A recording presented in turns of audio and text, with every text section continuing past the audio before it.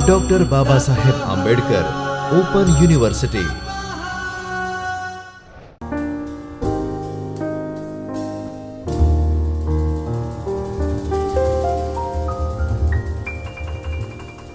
Seasons greetings. Dear students, તમે જ્યારે પણ આ સેશનનો અભ્યાસ કરી રહ્યા હો, ચાહે તે વિન્ટર હોય, સમર હોય કે બહાર ઝરમર વરસાદ પડતો હોય, તમને એ સિઝન્સની શુભેચ્છાઓ। ડૉક્ટર બાબા સાહેબ આંબેડકર ઓપન યુનિવર્સિટીના અર્થશાસ્ત્ર વિષય સાથે જો તમે સેકન્ડ યર BAમાં અભ્યાસ કરી રહેલા હો, તમારો એ વિષય મુખ્ય વિષય અર્થશાસ્ત્ર પણ હોઈ શકે અથવા તો ગૌણ વિષય અર્થશાસ્ત્ર પણ હોઈ શકે, તો એ સમયે જે તમારું પેપર 4 છે, સ્વાતંત્ર્ય પ્રાપ્તિ પછીનો ભારતનો આર્થિક વિકાસ, જેનો ભાગ બીજો, કારણ કે ભાગ પહેલો તમે ફર્સ્ટ યરમાં સ્ટડી કરીને આવ્યા છો અને સેકન્ડ યરમાં પેપર 4 છે એ છે તમારું ભાગ બીજો। તો એવા સ્વાતંત્ર્ય પ્રાપ્તિ પછીનો ભારતનો આર્થિક વિકાસ આપણે અભ્યાસ કરી રહ્યા છીએ, જેનો મુખ્યત્વે સમયગાળો કયો બને તમે જાણી શકો છો કે 1950થી કરીને આગળ સુધી। હવે તમારો જે અભ્યાસક્રમ છે લગભગ 1980 સુધીનો નક્કી કરાયો છે, એટલે 1990નો દાયકો જુઓ કે એના પછીનો દાયકો જુઓ, એમાં ઘણા બધા મોટા ફેરફારો આવ્યા છે ઇકોનોમીમાં, જેને આપણે કહીએ સી ચેન્જ કહીએ, કે દાખલા તરીકે જેને બહુ મોટા ફેરફારો આવ્યા છે, એને કારણે આખું અર્થતંત્ર બદલાયું છે। પણ એ ફેરફારો જે થયા એનું મહત્ત્વ શું, એ બધાનો અભ્યાસ કરવા માટે પણ તમારો આ અભ્યાસક્રમ તમને ઘણો ઉપયોગી બની શકે। તમને ખ્યાલ છે કે ઉદારીકરણની નીતિ 1991 પછી આવી, કે 2001 પછીના જે આધુનિક ટેકનોલોજીના 21મી સદીના ટેકનોલોજીને કારણે જે ફેરફારો થયા અને ઇકોનોમી ઉપર જે ફેરફારો થયા, એ બધા ઘણા બધા ફેરફારો થયા। તો એના પહેલાંનો શું સમય હતો એ જાણવું આપણા માટે ઘણું જરૂરી બને છે, ઉપયોગી પણ થાય છે। તો તમારી માટે જે આ અભ્યાસક્રમ છે એ તમારા ભવિષ્યના કોઈ પણ અભ્યાસક્રમ માટે એક પાયો બનવાનું છે કે સ્વાતંત્ર્ય પ્રાપ્તિ પછી ભારતે જે સ્વતંત્રતા પ્રાપ્ત કરી, તમને ખબર છે ગરીબી, બેરોજગારી, વસ્તી વધારો, આવકની અસમાનતા, બધા જે અમુક મુખ્ય આર્થિક પ્રશ્નો જે આપણે કહીએ એનામાં ઘણા બધા કારણોનો અભ્યાસ કરવામાં આવે છે એના માટે, ને અર્થશાસ્ત્રીઓનું એક કારણ એ પણ જણાવવામાં આવે છે અર્થશાસ્ત્રીઓ દ્વારા કે એક સમયે ભારત કોઈક અન્ય સત્તાની નીચે દેશ હતો, એટલા માટે પણ આર્થિક અસમાનતા ઊભી થઈ, ગરીબી વધી, દુષ્કાળો વધ્યા અને એની નકારાત્મક અસરો થઈ। તો 1950 પછી, એટલે કે ભારત જ્યારે સ્વતંત્ર થયું ત્યારે ભારતની પ્રજાના લોકતંત્રના હાથમાં કયો દેશ આવ્યો, કેવા પ્રકારનો દેશ આવ્યો અને એમાંથી આપણે આગળ વધ્યા છીએ। તો તમે આજે તમારો પ્રવાસ હશે 1950થી 80 સુધીનો, એ ખરેખર એક જ્ઞાનપ્રદ રહેશે એવું મારું ચોક્કસ માનવું છે। તો આપણે જે આજે અભ્યાસ કરવાના છીએ એ મુદ્દો તમે જુઓ, જે સ્વાતંત્ર્ય પ્રાપ્તિ પછીનો ભારતનો આર્થિક વિકાસ છે એમાં આપણે મુદ્દો અભ્યાસ કરવાના છીએ ઔદ્યોગિક મજૂરોનો। હવે અહીંયા ડિફર થાય છે ઇન્ડસ્ટ્રીયલ લેબર્સ કયા, તો ખેત મજૂરો પણ હોય છે। તમને ખ્યાલ હશે ખેત મજૂરોની આખી પરિસ્થિતિ, એની સમસ્યાઓ અલગ થાય, ઔદ્યોગિક મજૂરોની સમસ્યા અલગ થાય, રાઈટ। સીમાંત ખેડૂતો, જમીન વિહોણા ખેડૂતો, ખેત મજૂરો, એના વિશે આપણે ઘણો બધો અભ્યાસ કરીએ પણ છીએ। આજે આ એક મુદ્દો જે છે એ તમારા માટે છે ઔદ્યોગિક મજૂરોનો। હવે ઇન્ડસ્ટ્રીયલ લેબર જ્યારે હોય છે ત્યારે એની પોતાના માલિકો નથી હોતા ઇન્ડસ્ટ્રીના, પણ ઇન્ડસ્ટ્રીના લેબર્સ હોય છે। તો આજે ઇન્ડસ્ટ્રીયલ લેબર વિશે જે તમારા અભ્યાસક્રમમાં છે એનો આપણે અભ્યાસ કરશું। આ તમારે જ્યારે ખાસ ફરીથી હું તમને જણાવું છું કે જ્યારે આપણે આ અભ્યાસ કરી ત્યારે એનો સમય જે ગાળો છે એ બેકગ્રાઉન્ડમાં તમે જરૂરથી રાખો। આગળ જુઓ તો શું કહે છે કે આજનું જે સેશન છે, વ્યાખ્યાન ખંડ છે, એની રૂપરેખા શું છે, તો એની રૂપરેખા બને છે સ્વાતંત્ર્ય પ્રાપ્તિ પછી ભારતમાં ઔદ્યોગિક મજૂરોની સ્થિતિ શું હોય છે, કે પહેલાં તો આપણે જ્યારે કોઈ પણ પરિસ્થિતિની સમસ્યાનો ઉકેલ લાવવાનો પ્રયત્ન કરીએ તો પહેલાં તો સમસ્યાને જાણીએ, પહેલાં તો સ્થિતિ જાણીએ. તો અહીંયા પણ આપણે ઔદ્યોગિક મજૂરોનો જે અભ્યાસ કરીએ છીએ એમાં આપણે અભ્યાસ પહેલાં તો સૌથી પ્રથમ કરશું ઔદ્યોગિક મજૂરોની સ્થિતિ શું છે, અને પછી બીજો મુદ્દો આવે છે ઉત્પાદકતા અને બેરોજગારી વચ્ચેનો સંબંધ જાણવો. હવે જુઓ, પ્રોડક્ટિવિટી, ઉત્પાદકતા, એને બીજા શબ્દોમાં કહેવાય, ઉત્પાદકતાને કહેવાય છે ઉત્પાદન ક્ષમતા. મજૂરોની ઉત્પાદન ક્ષમતા એટલે ઔદ્યોગિક મજૂરોની લેબરની પ્રોડક્શન કેપેસિટી, પ્રોડક્ટિવિટી, આ બધા એના સમાનાર્થી અથવા તો જુદા જુદા શબ્દો છે. અને બેરોજગારી. હવે આમાં એવું છે કે એક તમને સિમ્પલ એક એક્ઝામ્પલ આપું કે ધારો કે કોઈ એક લેબર છે, એક શ્રમિક છે, એ કોઈ કામ 10 દિવસમાં કરે છે. કોઈ દાખલા તરીકે ખેતરનું છે કે ઉદ્યોગમાં કોઈ ફેક્ટરીમાં કામ ઉત્પાદન થાય છે, 1 દિવસમાં કામ કરી શકે, 10 દિવસમાં કામ કરી શકે છે. હવે કામ ઝડપથી કરવા માટે આપણી પાસે 2 ઓપ્શન છે. આ જ કામ ધારો કે આપણે 5 દિવસમાં કરવું હોય, અડધા સમયમાં કરવું હોય, તો આપણે 2 શ્રમિકોને રોકવા પડે, રાઈટ? એક શ્રમિક, આપણે નાના હતા ત્યારે તમને ખ્યાલ હોય તો ગણિતમાં એવા દાખલાઓ પૂછાતા આપણને કે એક શ્રમિક છે, એક કામ 10 દિવસમાં કરે છે. જો આ જ કામ આપણને 5 દિવસમાં પૂરું કરવું હોય તો આપણે સાદું ગણિત એ યુઝ કરતા કે 5 દિવસમાં કામ કરવું હોય તો શ્રમિકની સંખ્યા ડબલ કરવાની થાય, કારણ કે એક શ્રમિક 10 દિવસમાં કરે છે તો 2 શ્રમિક 5 દિવસમાં પૂરું કરે. પણ આનો બીજો વિકલ્પ શું હોઈ શકે કે ધારો કે કોઈ એવું મશીન મળે, કોઈ એક યંત્ર એવું મળે કે જેના કારણે આ જ કામ 3 દિવસમાં તમે કરી શકો, રાઈટ? એટલું જ પ્રોડક્શન તમને 5 દિવસથી પણ ઓછા દિવસમાં 3 દિવસમાં થઈ શકે. તો આ 2 ઓપ્શનમાંથી કયો ઓપ્શન વિચારવાનો? ટોટલ પ્રોડક્શન તો વધવાનું જ છે. અથવા તો હું તમને એક રીતે એ પણ જણાવું કે દાખલા તરીકે એક શ્રમિક જે પ્રોડક્શન 10 દિવસમાં કરે છે એનાથી ડબલ પ્રોડક્શન કરવું હોય તો 2 શ્રમિકને લગાવવા પડે, રાઈટ? અથવા તો એવી મશીનરી લઈ આવીએ કે જે ડબલ પ્રોડક્શન કરી આપે. તો આપણી પાસે 2 ઓપ્શન છે. કાં તો તમે વધારે શ્રમિકો લગાવો કામમાં તો બીજા શ્રમિકને રોજગારી મળે છે. હવે ધારો કે એનો બીજો ઓપ્શન આપો કે તમે કોઈ એક મશીન લગાવો છો તો પ્રોડક્શન તો વધે જ છે, પ્રોડક્ટિવિટી તો વધે જ છે, ઉત્પાદન તો વધે જ છે. તો જ્યારે પ્રોડક્શન કેપેસિટી વધે, પ્રોડક્ટિવિટી વધે, ઉત્પાદન વધે અને શ્રમિકની ઉત્પાદન ક્ષમતા વધે ત્યારે એનો લાભ શ્રમિકને મળવો જોઈએ, બરાબર છે?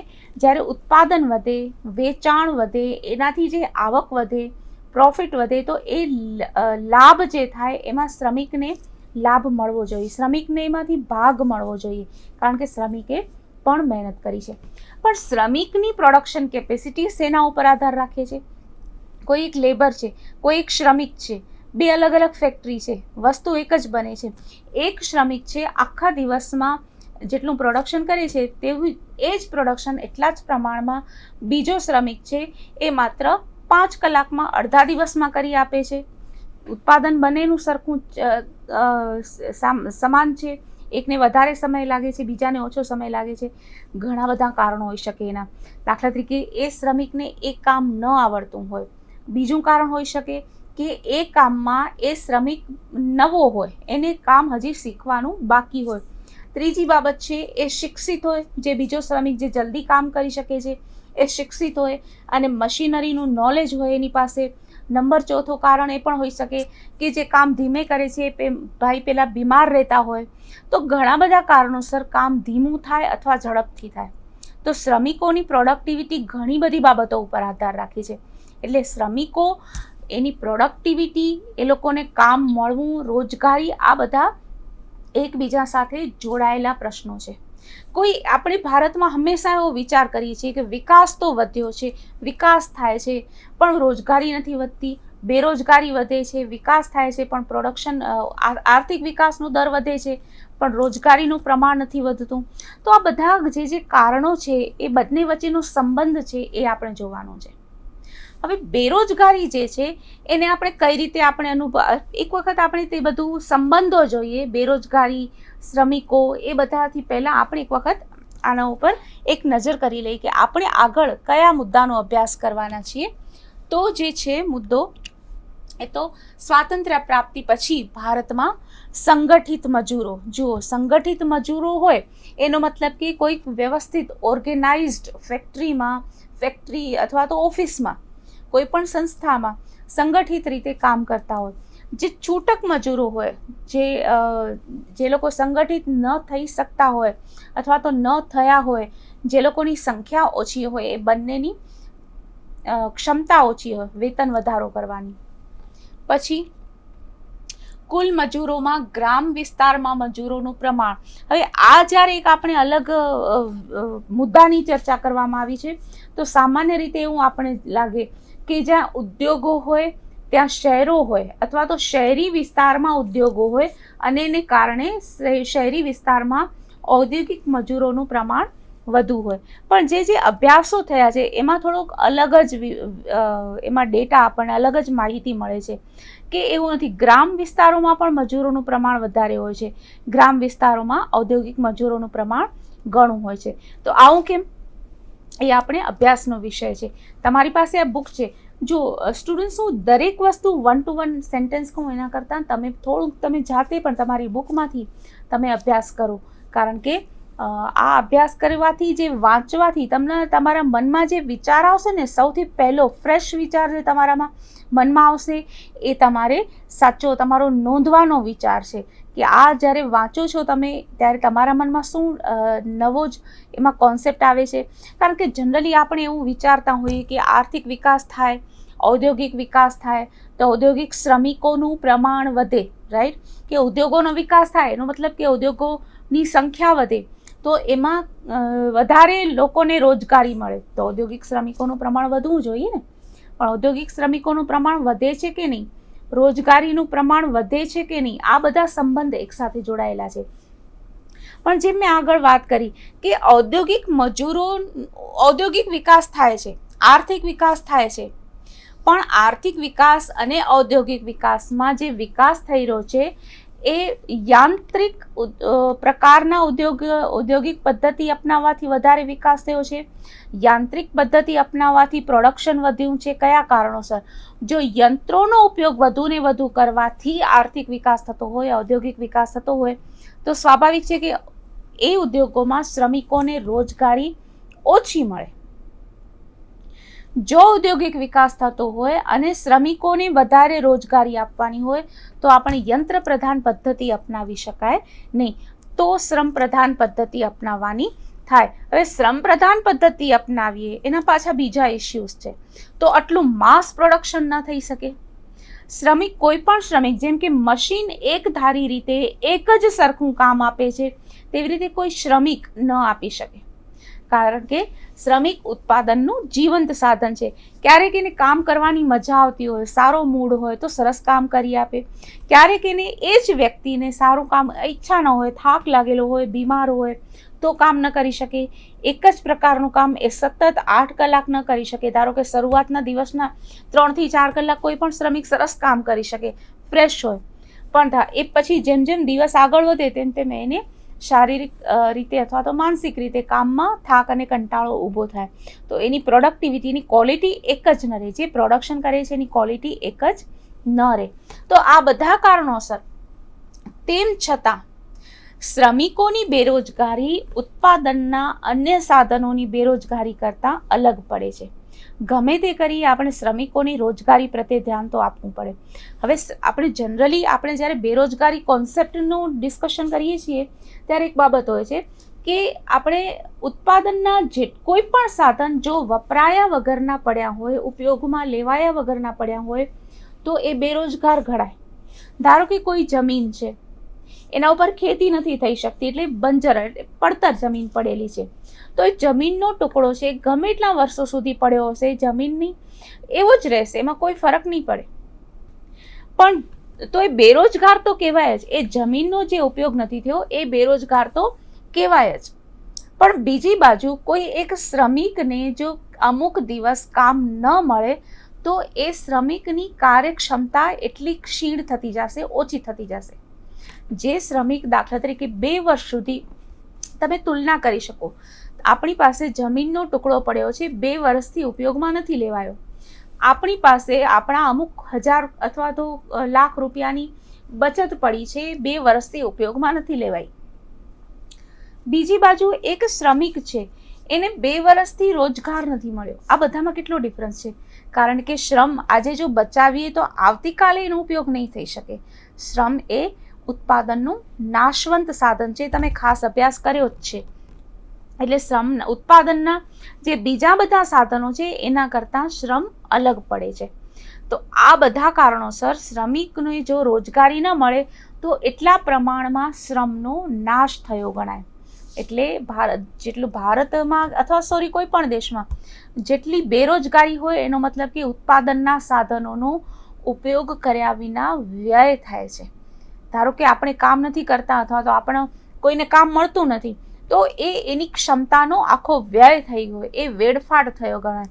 તો એટલી બધી ક્ષમતા આપણી પાસે હોય શ્રમિકના સ્વરૂપમાં, તો એને ઉપયોગમાં લેવી જ જોઈએ. નંબર 2, ધારો કે કોઈ જમીન છે એ પડતર પડી હશે, ઉપયોગમાં નહીં લેવાય, તો એ જમીનને કોઈ નુકસાન થવાનું નથી. પણ શ્રમિક જો ઉપયોગમાં નહીં લેવાય, લેબર ઉપયોગમાં નહીં લેવાય, તો શ્રમિકને તો નુકસાન થશે જ, કારણ કે એની આવક જશે. દેશને નુકસાન થશે કારણ કે એના શ્રમનો ઉપયોગ નહીં કરી શકાય. અને બીજું, જે આપણે ઘણી વખત એવી અસામાજિક ક્રિયાઓમાં કોઈ પણ શ્રમિક જોડાવા માટે પ્રેરિત થશે. તમે કદાચ જોયું હશે કે બહુ શિક્ષિત લોકો હોય પણ એ છતાં એ અસામાજિક પ્રવૃત્તિઓમાં લાગી ગયા હોય, કારણ કે એમની પાસે કદાચ યોગ્ય પ્રમાણમાં અને યોગ્ય માર્ગદર્શન અથવા તો યોગ્ય ઉત્પાદન કરતો હોય એવો રોજગાર એ લોકોને મળ્યો ન હોય. તો આ બધા કારણોસર અસામાજિક પ્રવૃત્તિઓ જે ઊભી થાય છે એ શિક્ષિત બેરોજગારીમાંથી ઊભી થાય છે, એવું પણ ક્યાંક ક્યાંક સંભાવનાઓ રહેલી છે. તો આ બધા કારણોસર અંતે વ્યક્તિમાં હતાશા, ડિપ્રેશન આ બધું આવે, એનું પરિવારનું આખું નિર્વાહ ન થઈ શકે, આ બધા કારણો એમાં લાગુ પડે છે. એટલે આર્થિક દ્રષ્ટિએ અને કારણ કે આપણે હ્યુમેનિટીઝ અને સોશિયલ સાયન્સીસમાં આપણે અર્થશાસ્ત્રનો અભ્યાસ કરીએ છીએ. એક સમાજ વિજ્ઞાન છે, સોશિયલ સાયન્સ છે. અર્થશાસ્ત્ર સમાજના જે વિજ્ઞાનો છે, સાયન્સીસ, એમાંનું એક શાસ્ત્ર છે અર્થશાસ્ત્ર. સોશિયલ સાયન્સ છે, ઇકોનોમિક્સ સાયન્સ. તો આ બધા કારણોસર રોજગારી જોવી પડે. હવે એટલા માટે અહીંયા જે મુદ્દાઓ આપણે ડિસ્કસ કર્યા છે, સ્વાતંત્ર્ય પ્રાપ્તિ પછી હવે ભારતમાં જો પણ સંગઠિત ને અસંગઠિત મજૂરો હોય, આ જો ત્રીજો મુદ્દો આવે છે ટેકનોલોજીકલ ઉત્પાદકતા અને શ્રમિકની ઉત્પાદકતા, રાઈટ. આ આપણે જોયું હતું કે ટેકનોલોજી એટલે ઉત્પાદન કઈ પદ્ધતિ અપનાવવી. હવે ઉત્પાદનની શ્રમ પ્રધાન પદ્ધતિ અપનાવે તો ઘણા બધા શ્રમિકોને રોજગાર મળી શકે, પણ તો ઉત્પાદન વધવાનો દર ઓછો રહે. બીજી બાજુ યાંત્રિક ઉત્પાદન પદ્ધતિ અપનાવે, યંત્ર પ્રધાન ઉત્પાદન પદ્ધતિ અપનાવે તો ઉત્પાદન તો વધે, કારણ કે યંત્રોથી ઉત્પાદન કરીએ છીએ, ઝડપથી થાય છે. તેમ છતાં પણ બેરોજગારી, આપણે બીજી બાજુ બેરોજગારીનો દર ઊંચો સહન કરવો પડે. યંત્ર પ્રધાન પદ્ધતિ હોય તો ઘણા લોકોને રોજગાર ન મળે, અને એના માટે કરીને આપણા આ બંનેમાંથી કઈ પદ્ધતિની પસંદગી કરવી એ બહુ જ ક્રિટિકલ ક્વેશ્ચન ગણાય છે શરૂઆતથી કોઈ પણ દેશ માટે. હવે ધારો કે કોઈ દેશમાં વસ્તી ઓછી હોય તો કોઈ વાંધો નથી આવતો, પણ જ્યારે વસ્તી વધારે હોય ત્યારે શ્રમિકોમાં રોજગાર મેળવવાની સ્પર્ધા પણ હોય છે. આ બધા અનેક અન્ય પ્રશ્નો પણ ઊભા થતા હોય છે. બેરોજગારીનો પ્રશ્ન તો હોય જ છે. હવે આ બેરોજગારીને કારણે આપણે જોયું કે ઘણું બધું પ્રશ્નો ઊભા કરે એવું નિર્માણ થાય છે વાતાવરણ. તો એના કારણો કયા હોય? એક તો શ્રમિકોની સોદા શક્તિ નબળી હોય છે. જો શ્રમિકો સંગઠિત થાય તો એ પોતાની સોદા શક્તિ વધારી શકે છે. તમને કદાચ ખ્યાલ હોય કે હવે આધુનિક સમયમાં તો બધા સંગઠનમાં ક્ષમતા રહેલી છે, એનું મહત્વ સમજતા રહેલા છે. દાખલા તરીકે રિક્ષા ચાલકો, ધારો કે એક એક્ઝામ્પલ થોડાક આપણે લઈએ કે રિક્ષા ચાલકો હોય, આમ ભલે સંગઠિત ન હોય પણ એ લોકોનું યુનિયન હોય, તો ધારો કે કોઈ મુસાફરને કોઈ રિક્ષાની મળે જ નહીં તો એ પછી સંગઠિત થઈ ગયા હોય. તેવી જ રીતે એક્ઝામ્પલ આપણે એ પણ આપી શકીએ કે આપણા ઘરમાં કોઈ કામ કરવા બેન કે ભાઈ આવતા હોય, આમ એ લોકો સંગઠિત ન હોય પણ ધારો કે એ લોકોએ પોતાનું સંગઠન બનાવ્યું હોય તો કોઈ બીજાના ઘરમાં કામ કરવા જતું નથી. આ એક સામાન્ય તમને એક્ઝામ્પલ્સ આપું છું કે એનો મતલબ એ કે સંગઠન ક્ષમતા કેટલી રહેલી છે. શ્રમિકો એટલે એમાં શિક્ષિત શ્રમિકો પણ સંગઠન બનાવી શકે છે. અશિક્ષિત હોય, સ્કિલ્ડ લેબર, તાલીમી, બિન તાલીમી, ગમે તે કોઈ પણ સંગઠન શક્તિ જો હોય તો એમાં સોદા શક્તિ વધી શકે છે, સામૂહિક સોદા શક્તિ. પણ જો સંગઠિત ન હોય, મજૂર અસંગઠિત હોય તો એની સોદા શક્તિ નબળી પડે છે. કારણ કે જો આજે કામ નહીં કરે અને આજનો શ્રમ આવતીકાલે વાપરશે એવું નક્કી કરે તો એ ક્યારે શક્ય નથી. આજનો શ્રમ એ ગયો. એટલા માટે ઓછા વેતને પણ શ્રમિકોએ કામ સ્વીકારી લેવું પડે છે. ઘણી વખત તમે જોતા હો છો કે એની ક્ષમતા કરતાં એને ઘણું ઓછું વેતન મળતું હોય. અહીંયા જ પ્રશ્ન ઊભા થાય છે કે જ્યારે ઉત્પાદન વધે છે, આર્થિક વિકાસ વધે છે, ઔદ્યોગિક વિકાસ થાય છે, ઉદ્યોગોમાં ઉત્પાદન અને નફો પણ વધે છે, તેમ છતાં એમાં કામ કરતા શ્રમિકોની આર્થિક સ્થિતિ સુધરતી કેમ નથી? માલિકોનો પ્રોફિટનું માર્જિન વધતું જાય પણ શ્રમિકોનું માર્જિન ઓછું થતું જાય. એનું કારણ છે કે શ્રમિકોને નીચા વેતને પણ એ લોકોને અસંગઠિત રહે એ રીતે એ લોકોને કામચલાઉ કામ પર રાખવામાં આવ્યા હોય.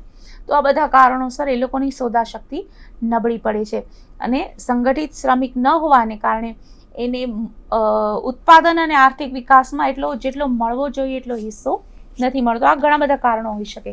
પછી બીજો છે મજૂરોની સમસ્યા, સામૂહિક સોદા અને ઔદ્યોગિક સંબંધો. એના ઉપર આપણે ચર્ચા કરી કે સામૂહિક સોદા હોય અને ઔદ્યોગિક સંબંધો. ઔદ્યોગિક સંબંધો એટલે મજૂરો અને માલિકો વચ્ચેના સંબંધો. આ બંને વચ્ચે બંને વચ્ચેનો હંમેશા આપણે જોતા હોઈએ છીએ કે અસંતોષનો સંબંધ રહેલો હોય છે. માલિકો ઈચ્છે છે કે વધારે કામ કરે અને ઓછા પગારે શ્રમિકો મળી રહે લોકોને, અને શ્રમિકોને એવું હોય છે કે અમે લોકો જે મહેનત કરીએ છીએ એના આધારે અમને નફાનો હિસ્સો મળવો જોઈએ. પણ આ બધું જે છે ઔદ્યોગિક રોજગારી, નફામાં એમનો હિસ્સો, એ બધું શેના ઉપર આધાર છે? આપણે ઈચ્છીએ છીએ કે શ્રમિકોને ફૂલ રોજગારી, પૂર્ણ રોજગારી મળે, પણ ઉદ્યોગોમાં ઉત્પાદન કન્ટિન્યુ ચાલુ રહી શકે એના માટે કયા કયા પરિબળો હોય છે? તો અહીંયા જુઓ. હવે ધારો કે અન્ય પરિબળો જેમ કે આ વાહન વ્યવહારની સુવિધાને કારણે સતત કાચો માલ મળતો રહેવો જોઈએ. કોઈ પણ ફેક્ટરીમાં પ્રોડક્શન પ્રોસેસ ચાલુ રહે એના માટે કાચો માલ સતત મળતો રહેવો જોઈએ. જો કાચો માલ મળવાનું બંધ રહે તો અચાનક પ્રોડક્શન બંધ થઈ જાય, ઉત્પાદન અટકી જાય અને એટલા દિવસ માટે શ્રમિકોને બેરોજગાર રહેવું પડે. પછી આ એક અલગ છે. વાહન વ્યવહાર નિયમિત હોવો જોઈએ, ઘરથી પોતાને ત્યાં આવવા જવાની સ્થિતિ હોવી જોઈએ, શિક્ષણ મળેલું હોવું જોઈએ, કામ કરવાના સ્થળનું વાતાવરણ સારું હોવું જોઈએ, કાચા માલની પૂર્તિ, અનાજની છત અને અછત.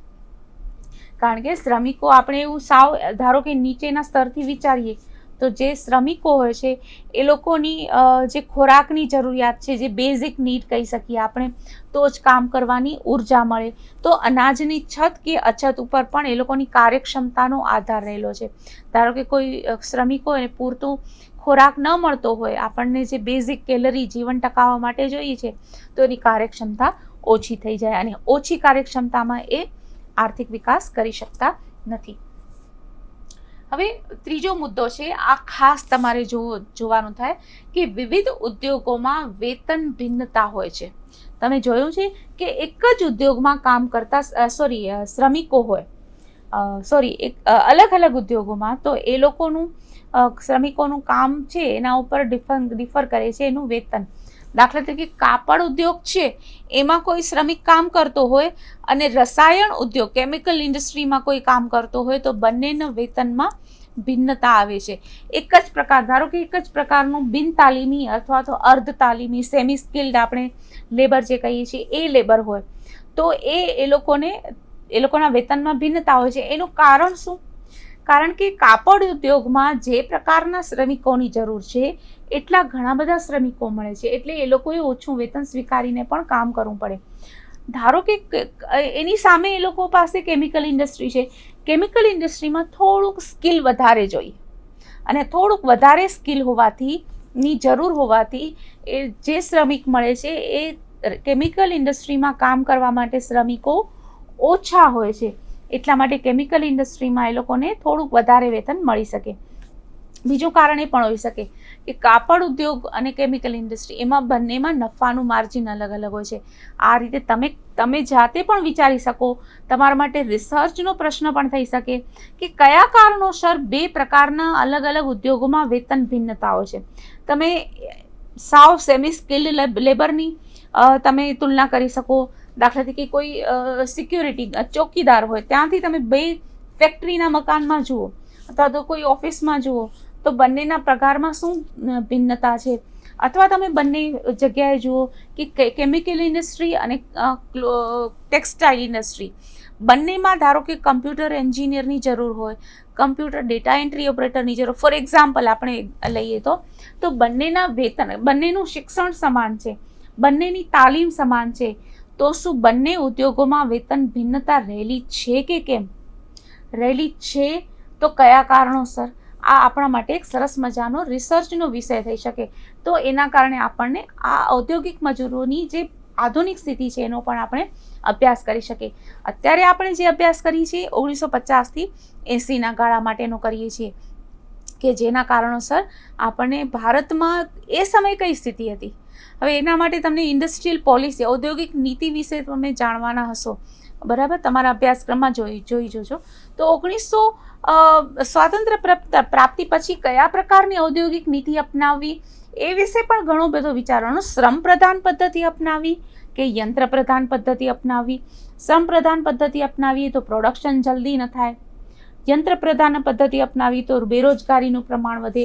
તો આ બધા કારણોસર કયા પ્રકારની ઔદ્યોગિક નીતિ અપનાવવી એ પણ પ્રશ્ન હતો. ધીમે ધીમે આપણે સૌથી પહેલાં તો મોટા ઉદ્યોગો, ભારે ઉદ્યોગોની નીતિ અપનાવી, એમાં રોજગારી તો મળી જ પણ પ્રમાણમાં ઓછી. પછી રોજગાર પ્રધાન ઔદ્યોગિક નીતિ અપનાવી. અત્યારે તમે વિચારી શકશો કે કયા પ્રકારની નીતિ હોય છે. હવે બેરોજગારીનું માપન કેવી રીતે કરવું? તો સૌથી મોટો એક તો સમયનો હોય છે. હવે સમય કે દાખલા તરીકે છેલ્લા અઠવાડિયામાં એક વ્યક્તિને કેટલા દિવસ કામ મળ્યું, રાઈટ? છેલ્લા 6 મહિનામાં એક વ્યક્તિને કેટલા દિવસ કામ મળ્યું? છેલ્લા 1 વર્ષમાં વ્યક્તિને કેટલા દિવસ કામ મળ્યું? તો એ પ્રકારે બેરોજગારીનું માપન કરવામાં આવે છે. કોઈ એક વ્યક્તિ હોય, ધારો કે એને 6 દિવસ અઠવાડિયામાં કામ ન મળતું હોય, માત્ર એને અઠવાડિયામાં 4 દિવસ કામ મળતું હોય, તો બાકીના 2 દિવસ એ બેરોજગાર છે. કોઈ એક વ્યક્તિ છે, એને આખો મહિનો કામ ન મળતું હોય, માત્ર એને મહિનાના 3 જ અઠવાડિયા કામ મળતું હોય, તો એ પ્રકારનું એની બેરોજગારીનું માપન કહી શકાય. તો દૈનિક બેરોજગારી, સાપ્તાહિક બેરોજગારી, માસિક બેરોજગારી, વાર્ષિક બેરોજગારી, અર્ધવાર્ષિક બેરોજગારી, આ પ્રમાણે બેરોજગારીનો સમયગાળાના આધારે માપન કરાય છે.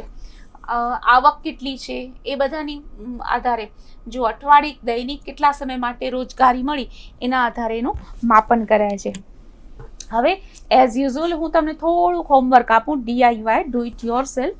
એમાં એક વસ્તુ તમે મને જોઈ આપજો કે અત્યારે current industrial production growth rate, એટલે કે ઔદ્યોગિક ઉત્પાદનનો વૃદ્ધિ દર અત્યારે વર્તમાનમાં કેટલો છે?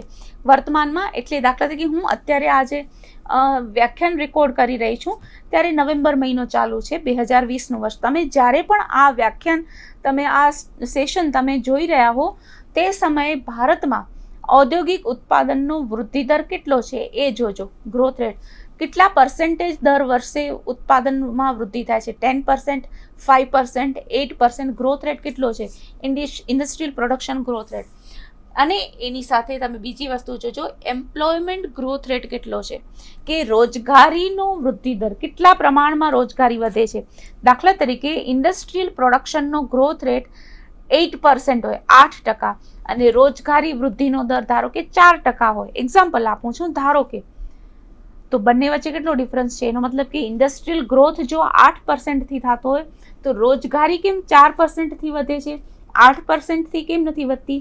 આ બધું આપણે જોવાનું થાય. તો આ તમે જુઓ ત્યારે મને જરૂરથી તમે મારો સંપર્ક કરજો. મારી કોન્ટેક્ટ ડિટેલ્સ તમે ચોક્કસ નોંધી લો. તમને મારું ઈમેલ ID જોવાનું છે, kruti.chhaya, kruti.chhaya@baou.edu.in. તો આ મારું ઈમેલ ID અને બ્લોગ મારો તમે જુઓ, એના ઉપર પણ તમે કોમેન્ટ કરી શકો છો. Blog krutischhaya.blogspot.com. તો આ રીતે તમે મારો સંપર્ક જરૂરથી કરો અને તમારો જે પણ સ્ટડી હોય એ મને જણાવજો. ત્યાં સુધી તમારો સમય ઘણો જ સારો રહે અને આનંદદાયક રહે એવી તમને શુભેચ્છાઓ આપું છું. અને પહેલું સુખ જે આપણા શાસ્ત્રોમાં કહ્યું છે, સ્વાસ્થ્ય જળવાય.